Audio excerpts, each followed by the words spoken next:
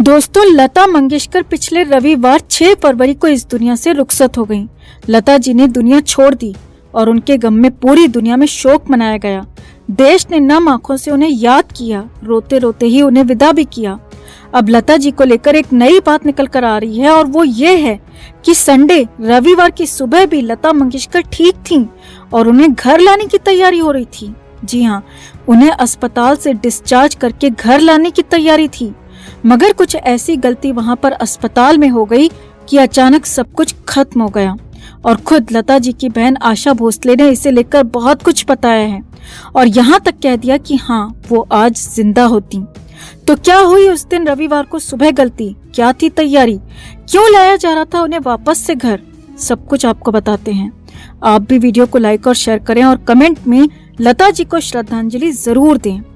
तो लता मंगेशकर वैसे तो करीब 1 महीने तक ब्रीच कैंडी अस्पताल में रहीं और इस दौरान उनकी तबीयत कभी बेहतर हुई, कभी बिगड़ती हुई दिखी और अस्पताल में उनका इलाज होता रहा। करीब महीने भर के इलाज के बाद 6 फरवरी को उनका निधन हो गया।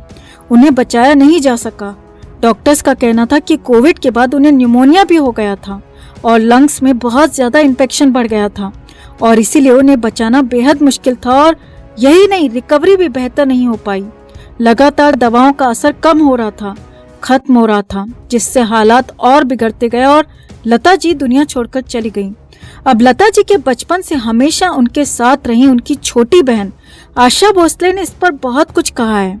आशा जी लगातार लता की हेल्थ पर नजर बनाए हुए थी।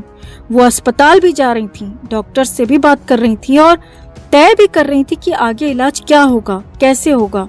और जब उनकी आखिरी विदाई हुई तो वहाँ पर भी सिरहाने पर आशा भोसले ही बैठी हुई थी। अब आशा भोसले ने ही बताया कि संडे को लेकर उनका और परिवार का प्लान कुछ और ही था और वो प्लान था लता मंगेशकर को घर लाने का। जी हाँ, संडे यानी कि 6 फरवरी की सुबह सुबह लता जी की हालत ठीक थी। उन्हें अस्पताल से घर लेकर जाना था और यही लता मंगेशकर की इच्छा थी।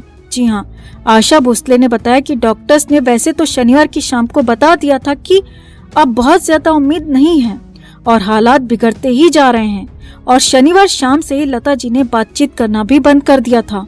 उन्हें फिर से वेंटिलेटर पर शिफ्ट किया गया था।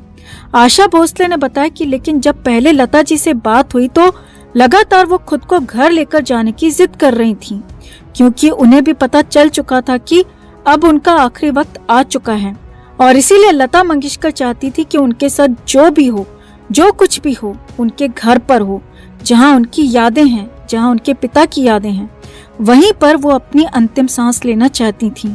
लेकिन डॉक्टर्स अलाउ नहीं कर रहे थे और इसीलिए वो अस्पताल में ही थीं।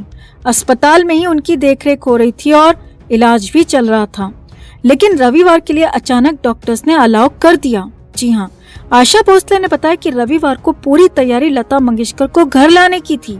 डॉक्टर्स का कहना था कि ऐसे हालात में वो करीब महीना भर फिर भी सरवाइव कर लेंगी और जो उनकी इच्छा है कि अपने घर जाऊं, अपने घर पर ही अंतिम सांस लूं, तो वो भी पूरी हो जाएगी।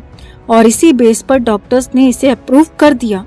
लता मंगेशकर को घर ले जाने की मंजूरी दे दी।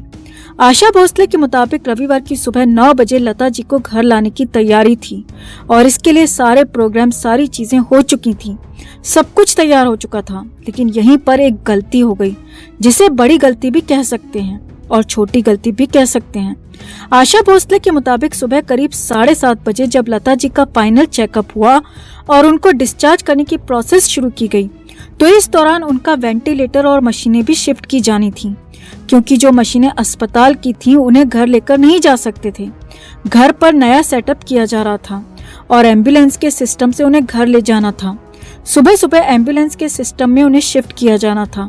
लेकिन यहीं पर गलती ये हो गई कि उनकी शिफ्टिंग में टाइम ज्यादा लग गया, जो कि 3 से 4 मिनट ज्यादा था। जी हाँ, आशा भोसले के मुताबिक शिफ्टिंग में 3 से 4 मिनट का ज्यादा वक्त लग गया, जिसमें लता जी बिना मशीनों के रहीं और इसी दौरान उनकी दिक्कत बढ़ गई और तुरंत ही शिफ्टिंग भी कैंसिल कर दी गई। अब यहाँ पर आगे बढ़ने से पहले आपको बता दें कि लता मंगेशकर मशीनों के सहारे चल रही थीं। अस्पताल में मशीनों के सहारे उन्हें लगातार बेहतर किया जा रहा था और मशीनी जिंदगी उनकी चल रही थी। लेकिन जब बीच में कुछ समय के लिए मशीनें हटाई गईं शिफ्टिंग के लिए, तो वहीं पर कुछ बड़ी गलती हो गई। हालांकि ये सब कुछ बड़े डॉक्टर्स की देखरेख में हो रहा था, लेकिन अमूमन इस तरह की छोटी गलतियां हो जाती हैं और वही हुआ भी। लता जी की हालत वहीं पर बिगड़ना शुरू हो गई और सुबह करीब 7:30 बजे उन्हें एक बार फिर से अस्पताल के ही वेंटिलेटर में दोबारा से शिफ्ट किया गया और कुछ ही देर बाद वो चल बसी। उन्होंने अस्पताल में ही अंतिम सांस ली। आशा भोसले ने बताया कि लता जी की इच्छा के मुताबिक उनका परिवार भी चाहता था कि वो करीब महीने भर तक अपने घर पर ही रहें।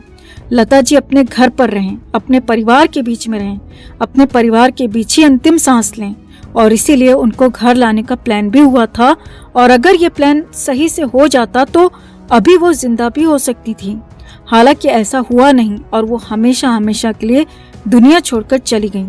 हालांकि ये भी सच है कि डॉक्टर्स ने भी साफ साफ बता दिया था कि वो बहुत ज्यादा दिन तक नहीं बच पाएंगी, लेकिन सिर्फ लता मंगेशकर की इच्छा पूरी करने के लिए उन्हें घर लाया जा रहा था और इसी वजह से डॉक्टर्स ने भी उन्हें घर पर ले जाने को अप्रूव किया था, मंजूरी दी थी और उन्हें शिफ्ट किया जा रहा था। लेकिन फाइनली शिफ्टिंग के दौरान थोड़ी सी गलतियां हो गईं। शिफ्टिंग में थोड़ी मुश्किल हो गई और इसीलिए उनकी शिफ्टिंग भी नहीं हो पाई और अस्पताल में ही उन्होंने आखिरी सांस ली। तो आपका इस पूरे मामले पर क्या मानना है दोस्तों? क्या लता जी की आखिरी इच्छा पूरी नहीं की जा सकती थी? क्या डॉक्टर्स की छोटी गलती लता जी की आखिरी इच्छा पर भारी पड़ गई?